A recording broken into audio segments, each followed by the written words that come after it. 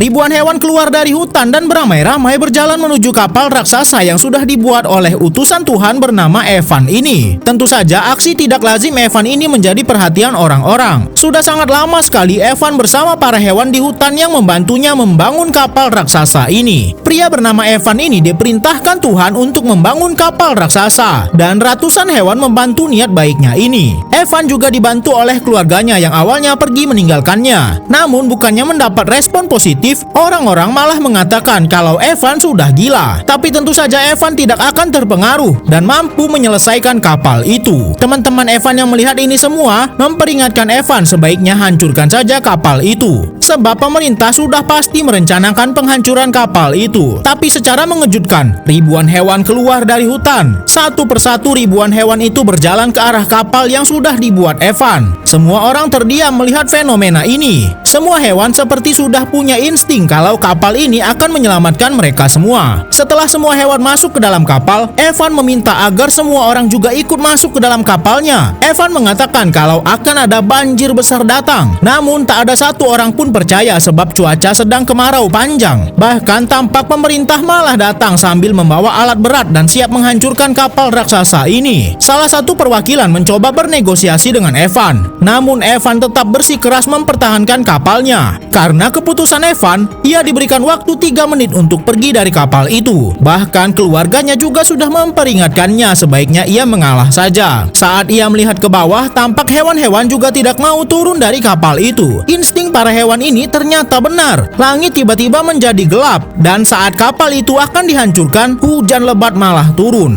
Semua orang mengira Evan benar dengan semua perkataannya. Tapi belum sampai 1 menit, hujan deras itu malah reda. Tentu saja hal ini semakin meyakinkan warga kalau Evan selama ini sudah gila, sebab banjir itu tidak akan pernah ada. Tapi sepertinya Evan tidak sepenuhnya salah soal banjir. Lihatlah, bendungan ini seperti sudah tidak kuat lagi menahan beban.